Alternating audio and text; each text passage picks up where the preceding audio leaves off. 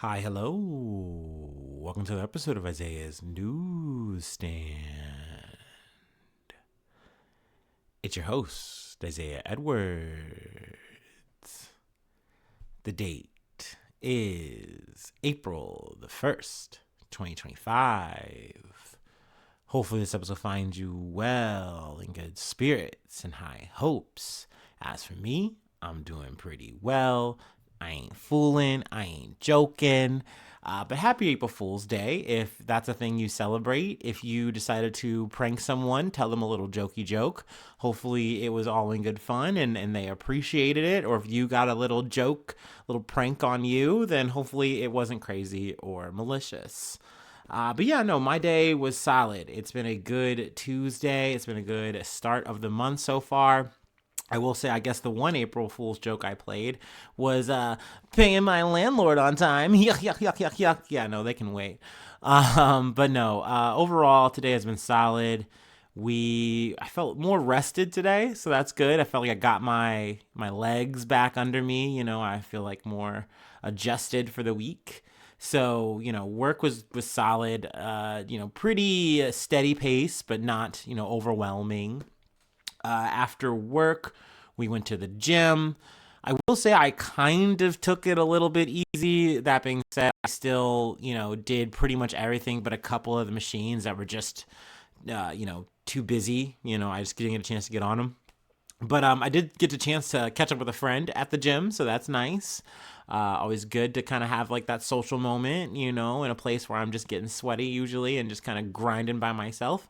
So it's nice to see like a fellow human being amongst like a bunch of people I just never really talk to but see every day and be like, oh hey, how's it going? Do a little catch up. That's nice, very human. But yeah, gym went well overall. Not gonna complain. But yeah, I don't know. Just speaking back to like taking it easy, putting that in quotations. I'm still trying to figure it out, right? I still want to go into the gym every time, every day, and go as hard as I can. But I'm also, trying to listen to my body more, right? I'm trying not to ignore any signs of like growing pain, consistent pain, right? And especially with joints and stuff too. I noticed that like I was like, okay, maybe don't go so hard today. But that being said, I'm still trying to like hit PRs and stuff, personal records and whatnot. So, it's a balancing act. So yeah, for sure. But let's see. Is there anything else? Oh, of course, there's something else. How I could not forget. I mean, I have forgotten before. Sorry, newsies. But hey, not today. Not forgetting today. We're doing the roll call. So get ready. Shout outs to Stephanie Renee, Edward Haas, Mama Bear, and any other newsies out there that this is a silent shout out to you. I know you don't want your name necessarily. What's the word? Spoken, audio. I want to say a word that's like audio related, but whatever. But you're with me in spirit, and thank you so much. Thank you so much for being a newsie. Thank you for taking your support to that extra level. Especially monthly. Like, I mean, that's something that people could easily do one time and I would still be in your good graces. I still look at you fondly. Like, thank you so much. Thank you for your support. But the fact that, y'all have been at it every month, that's your hard earned money that you're putting into, my Patreon for what? This yapathon? You know what I mean? So I really do appreciate it. Y'all are really the best. Thank you so much. I love y'all so much. And so yeah, this startup will be for y'all. How about that? How's that sound? Let's go ahead and get to that.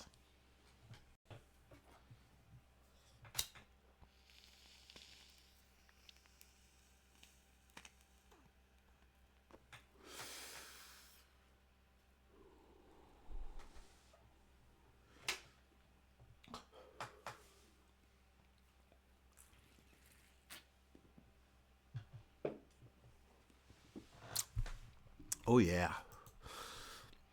All right. Let's let this queue up. Now I gotta say, today, I don't know, the episode kind of feels almost a little discombobulated for me. I was looking at all the stories that were potentially available. A lot of them I've kind of treaded already before. We've talked about. I could do an update, but either we'll get to it later or not. or they just felt like stories I just didn't really feel like getting into. But looking at them in a little bit more detail, I was like, no, these are definitely worth covering. And, running a little bit late kind of worked in my advantage for tonight because we got some results in early for some things that I'm going to cover for tonight. So kind of all fell, into my lap as I, sat down to kind of, research everything. So that's nice. Anyway, from Yahoo News, targeting Trump's policies, Cory Booker breaks record for longest Senate speech in history. I am not going to stop speaking. And boy, howdy, he didn't stop.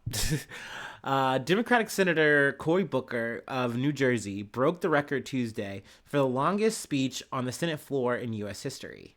His remarks, which focused on what he called a governmental crisis caused by President Trump's second-term agenda, began Monday evening at 7 p.m. Eastern Time. The way the sentence is structured is funny. He went to hold the floor for more than 25 consecutive hours, eclipsing Senator Strom Thurmond's 24-hour, 18-minute filibuster against the Civil Rights Act of 1957. Which is crazy that the person holding this record was a guy who was trying to fight for keeping racial inequality in place. He's like, no, I got a filibuster to stop that from being a thing for my constituents. You see, my racist white constituents. So, I mean, I gotta say up top, cool for Cory Booker eclipsing that guy, beating that guy. There you go. There's a pro for that. Tipping his feather in his cap for that.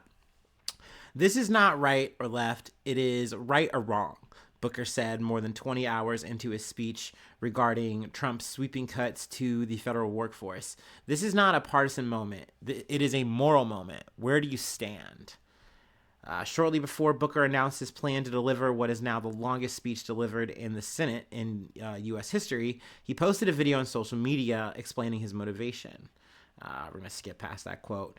Now, he did have some help from fellow senators to make this all a thing, but also it's worth noting that this wasn't an official filibuster. He wasn't actually trying to block a law like Strom Thurmond was. But that being said, his actions going as long as he did might have caused a delay that actually might jam up the works for, this session of Congress, at least in the House or whatever, right? So, that's cool, I guess. I'm sorry, I said House. I should have said Senate.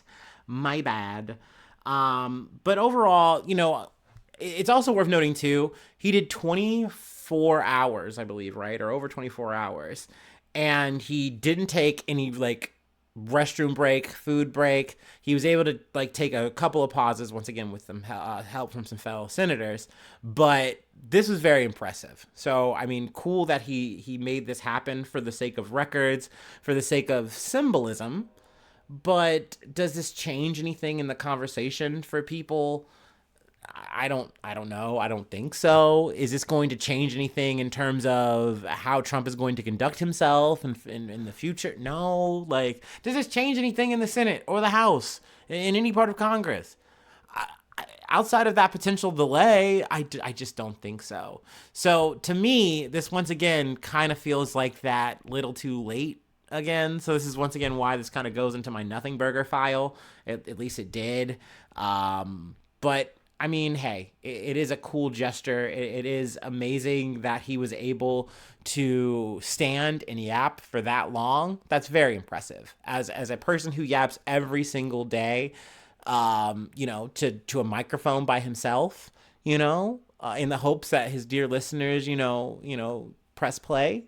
Look, that's very impressive. I've yet to ever do that. Never will, I don't think. I don't think I'm ever going to have that planned unless I'm making a lot of money. So yeah, let me go ahead and I guess read the closing little quote here. Booker responded by recounting his exchanges with civil rights icon John Lewis. John Lewis wouldn't treat this moment as normal, he said, then returned to his criticism of Trump and his aide Elon Musk. Yes, there is a man in the White House who is the most powerful man in the land, and his partner is the richest man in the world. But as long as this is a democracy, we can still protect the power of the people which is greater than the power or than the people in power, Booker said. So, I mean, I respect that. Wise words, snap, snap, snap, snap, snap. I do agree with the people part. I think that it's definitely a depressing time. Trump hasn't even hit his 100-day mark, and it just feels like he's been here forever. And all these problems just seem to get worse and worse and worse, and it just seems so overwhelming. And it sucks because, you look at the people who you're saying, hey, this is the party that I would, want to hope is going to have some answers, going to have some way of combating this, and we can get ahead, get some kind of real status quo, balancing something. But all we really have are just day-long speeches and yelling at each other and, weird backbiting, but no real efficiency when you vote for these people and you put them into any kind of power and they just, let themselves get lobbied, or they just kind of do nothing when they have the numbers. It sucks. But that being said, we still have each other. You still have the person to the right, to the left of you. And, I guess the hope is that we can slowly but surely, steadily, however it takes, come together and really kind of do some kind of organization. I'm not just talking about, doing some protests or doing, electing yada yada and blah, blah, blah. Though you do got to do those things. You do got to get out and be active and do the best you can. But I really do mean just actually looking out for the people around you in your community, the people that you care about, and also trying to extend a hand to the people that maybe you don't know and maybe you don't like so much sometimes. But I mean, hey, I'm a hypocrite there because that's hard for me to do, for sure. Especially because you never know what the reaction is, and sometimes you do know what the reaction is, but you gotta try to really reach out and help people. I don't know, but this is just me doing my own little session here. But I don't know. I really do believe in us, and I told myself this morning that today was a good day, and I'm living a good life, despite the fact that things are scary and they're hard, and things can feel very dismal. I'm living a good life. And I know that that's a very anecdotal, personal thing. We all are in different places, in different, walks and parts of our lives. But I mean, part of what I do is y'all have seen and heard me on good days and bad days and everything in between. And I still want to keep that energy of like, hey, this is a good life and it's worth fighting for. It's worth putting everything on the line for every day and doing the best you can and hopefully getting better and hopefully improving on not just yourself, but also, yes, the world around you. So there you go. Trying to be a little bit optimistic here, trying to inject some good vibes here. But anyway, let's move on to some not so savory, but maybe this is a little bit savory, I guess. It's complicated. It's election stuff. From the Hill. Live results. Actually, do I want to read it from here or do I want to read the Barron's article that kind of has everything? Let's actually start with the Barron's article, and because I think this is kind of everything I wanted to talk about for the good core of this episode. Barron's. Republicans keep House seats in closer than expected Florida races. Wisconsin's course results are due later. Now, I believe that they are in. I don't know if they're locked, but I have the most recent numbers for all of the above. Anyway, so let's dig in. Republicans in Congress can breathe a sigh of relief. The GOP held on to 2 House seats in special elections in Florida on Tuesday, giving the party extra breathing room as it seeks to advance President Donald Trump's legislative agenda. The Associated Press projected that Republican Jimmy Patronis defeated Democrat Gay Vallimont in the race to replace former Representative Matt Gaetz, in Florida's 1st District. Gaetz was Trump's pick to head the Justice Department before withdrawing amid an ethics investigation. So we've talked about his fumbles before. We've also talked about how there's not exactly a crisis in the House. I think especially now with, some of these seats essentially, going to the way of the Republicans, going the way of the GOP. But there was a scramble a bit, and that's part of the reason why, the likes of Elise Stefanik had to get regulated back to the House, because at the end of the day, they needed the numbers. They needed to make sure they had the numbers. They have them, but at the same time, you had Gaetz out. He lost. There's an opening. You had Mike Waltz out while he's fucking up signal shots and shit. He's also now out of the House. So you have these openings. So it's relevant that Petronas got this seat. Potentially, if he didn't, that's a big potential change, because every vote counts. Let's see here. The Associated Press also projected that the Republican Randy Fine, who I have pictured in the thumbnail, defeated Democrat Josh Wheel in Florida's 6th district in a race that pre-election polling showed as unexpectedly close. Fine takes the seat formerly held by Mike Walls, who became President Donald Trump's national security advisor. Which is crazy because, once again, just kind of mentioning Mike Walls in that Signal chat again.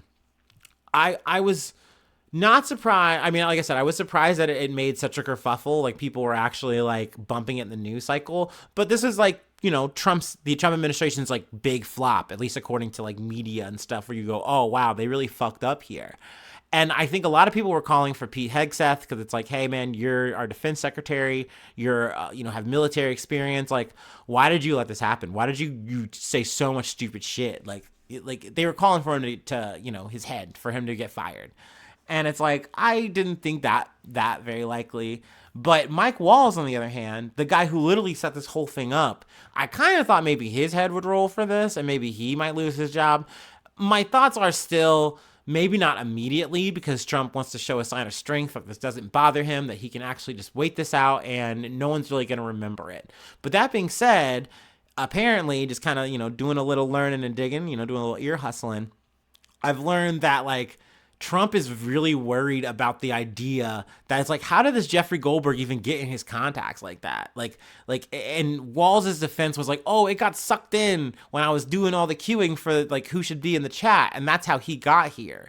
But it's like, I have no contact with him. I have no information. So essentially, Trump is kind of worried that it's like, or were you slipping him information and you accidentally put him on this group chat on accident? Was this not even an accident? Maybe he was supposed to be here because you wanted to make us all look stupid. So I still think that Mike Waltz might not be here for the 4 years. But we'll see. We'll see. We can maybe take some odds on that or not. I don't know, high or low. That being said, in the first term, a lot of motherfuckers just got clipped by Trump himself because at the end of the day, they were a little bit too moderate for him. They weren't doing exactly what he wanted, how he wanted it, and so he eventually just kind of got rid of them. And then they would go on and make a book or something, and then, get a little hype, and then he'd call them, some kind of name, and, that would be that kind of. Anyway, getting back to these elections, I know I'm just kind of in the weeds over a Signal chat bullshit. Let's see. So we talked about the Florida part, which is pretty core because we're talking about the House and stuff. But there was a whole election, Supreme Court election for Wisconsin. Let's see here. I guess the right part. Do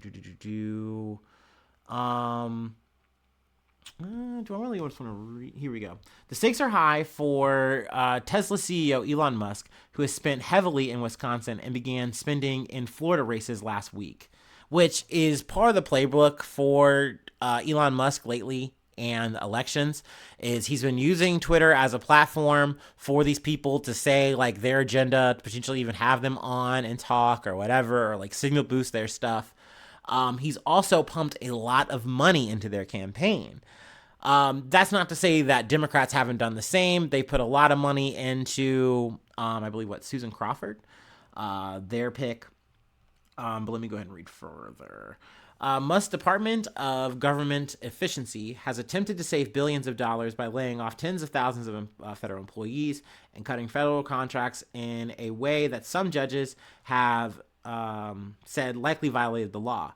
If voters rebel against DOGE, that could lead Republican lawmakers to put more pressure on Trump to slow the cost-cutting effort, lest Democrats retake the House of Representatives in 2026. They also might not do that and just say, hey, dude, why don't you just have Elon Musk fall back a bit? Because he's, like, kind of fucking it up. Like, he's kind of doing the anti-Trump bump like you were doing before you got the juice back. And we don't need that. This guy's already for his own interest. We're already letting him, like, on the teat. He doesn't need to wreck the whole show for us, okay? Maybe not. But there's more. Musk gave out $1 million checks to 2 Wisconsin voters during a town hall on Sunday.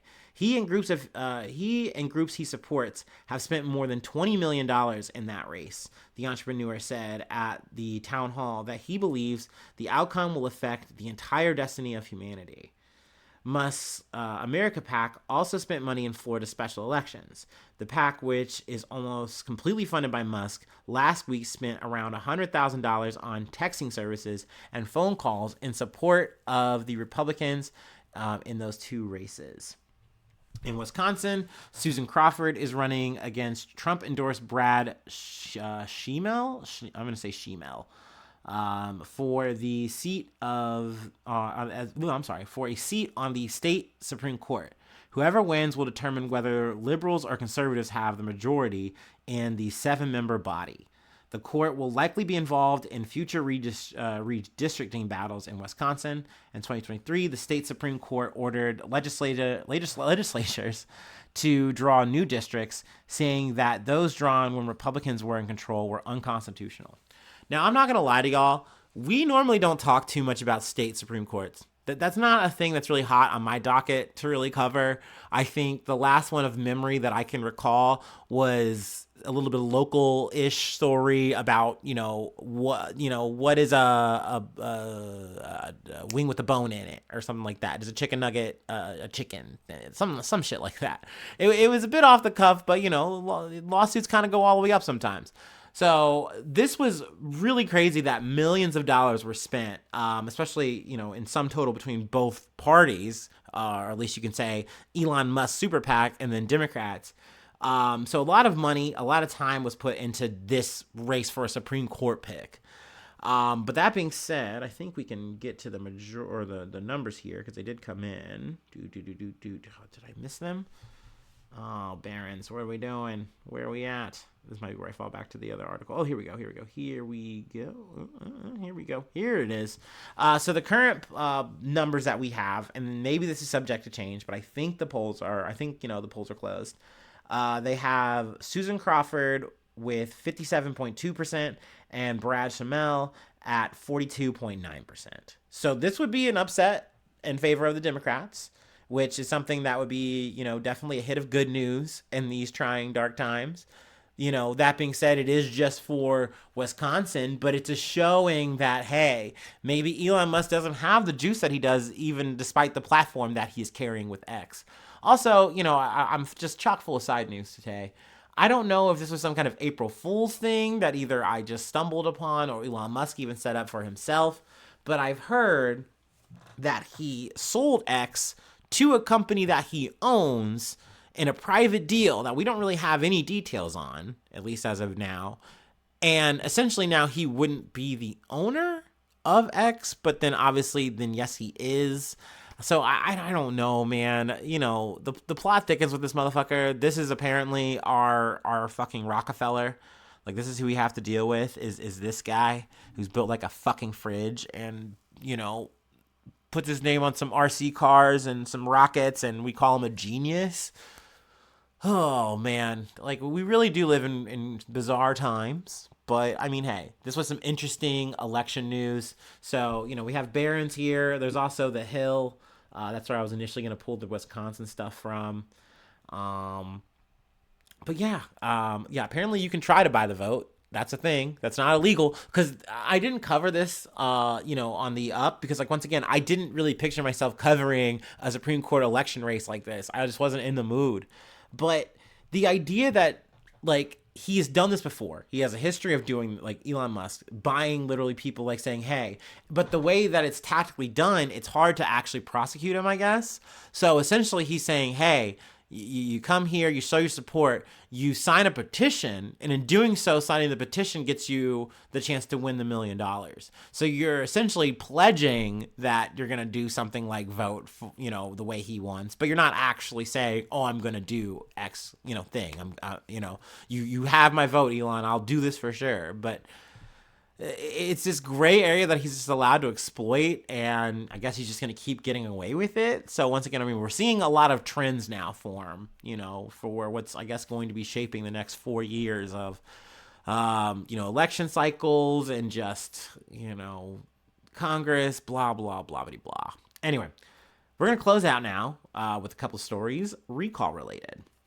Our first one comes from the dailymail.com, which I don't love using the Daily Mail, but sometimes you get your stories where you get them. So, fruit juice recalled in a dozen states over fears it could paralyze and kill. Now, that is a hell of a drink. Sounds pretty stiff, if you know what I'm saying. Yuck, yuck, yuck. Sorry. Pumpkin juice used to make wine has been recalled over fears it could contain paralyzing bacteria.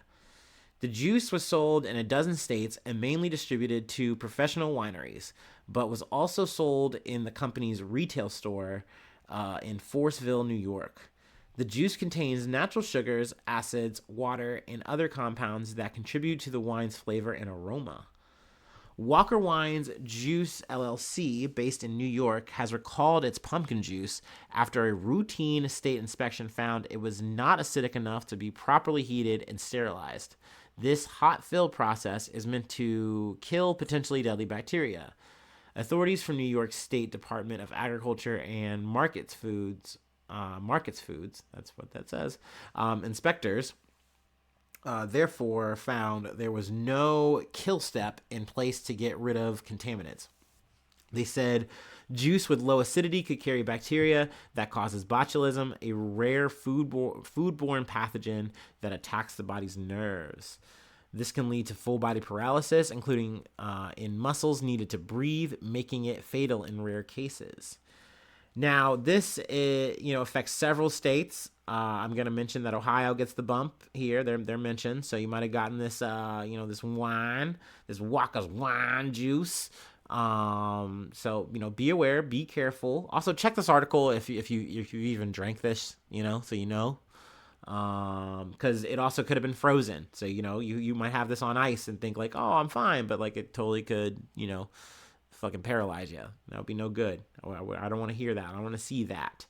Obviously, the drill. If you are affected by this, you do have the product, obviously get rid of it, dispose of it, or take it back, get your, exchange on, get your return on, get your money back, but yeah, that's bad juice. That's no good. And we're going to close out. We're back on eggs. Maybe eggs. I'm maybe calling some trends now. We're going to talk trends. Maybe eggs are the thing that we talk about a lot this year. We've already started a lot with egg talk kind of coming in from the back end of last year with bird flu. And, even more so, at the top of the, Trump, getting inaugurated. So yeah, who knows, maybe eggs, bird is the word. There you go. I'm so funny today. No, I'm sorry. Let's go ahead and take our last break and we'll close it out.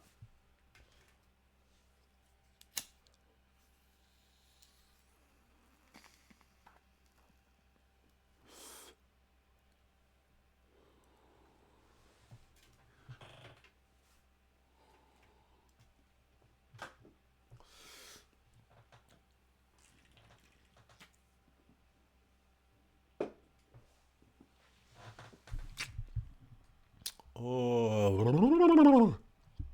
Okay. Our last story comes from Prevention.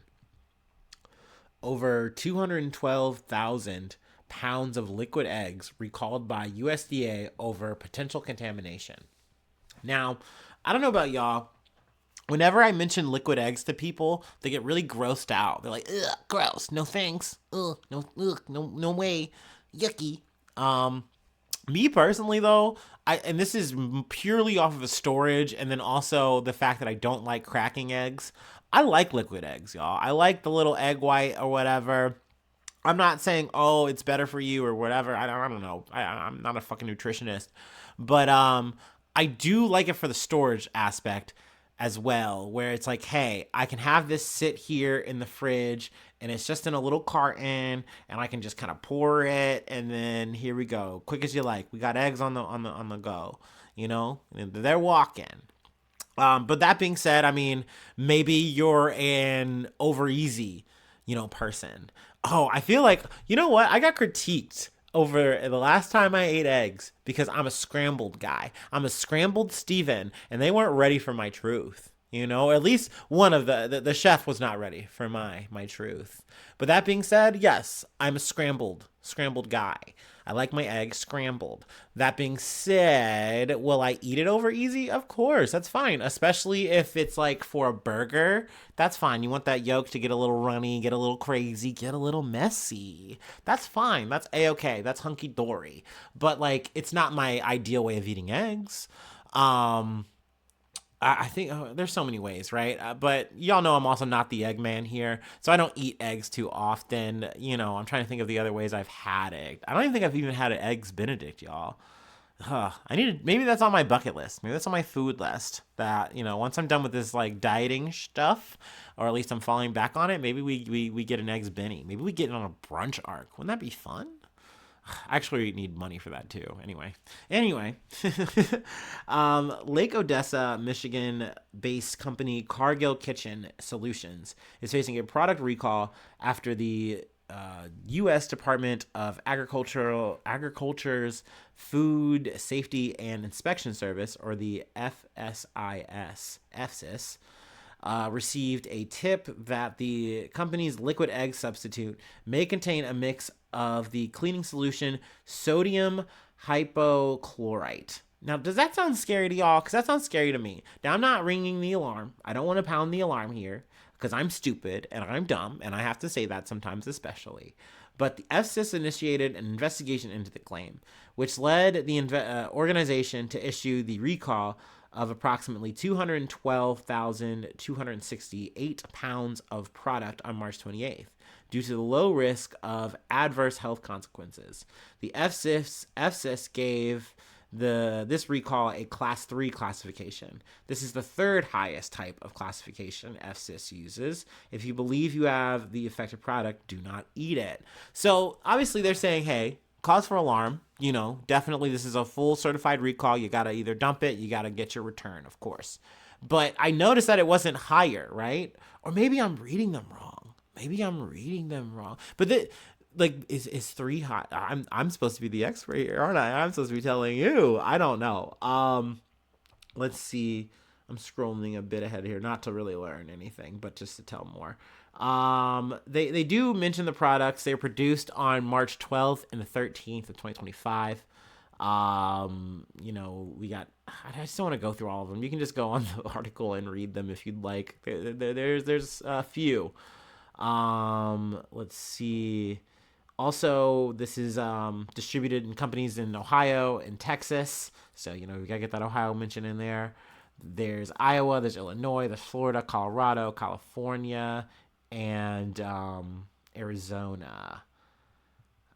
But yeah, I mean, also, I feel like you have the same worry with the juice where, you know, this could be refrigerated, frozen. So, you know, just be on the lookout. Once again, check the article, get the names. And if you have these kind of eggs, you know, by these kind of times approximately, just chuck it. Just get rid of it. I know eggs are expensive. These are pricey. Hopefully you can get that refund or something. I don't know. Maybe you can, you know, get yours. I don't really know. But yeah, I mean, that being said, I'm not sure exactly how bad it is, but it sounds bad. No, like, I guess it's sodium, but like you lost me when it said this is a cleaning thing. But they're also saying that it's like, hey, we don't have any known cases of anyone, like, you know, consuming this and getting hurt. It's just we're aware of it, so, you know, you gotta get rid of it, chuck it. Let's see. Oh, they have a number here too. Let me mention that.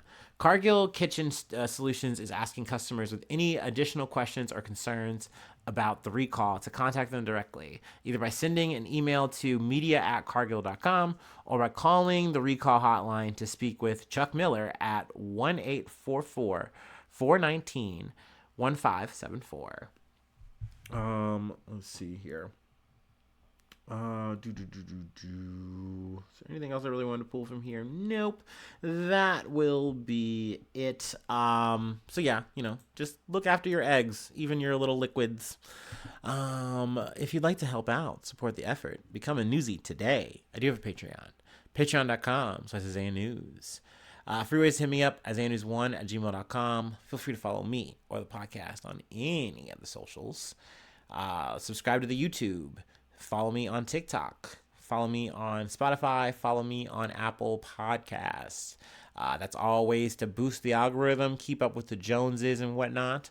Also, leave a like, leave a comment, a cool comment. Be nice. Say something fun, interesting.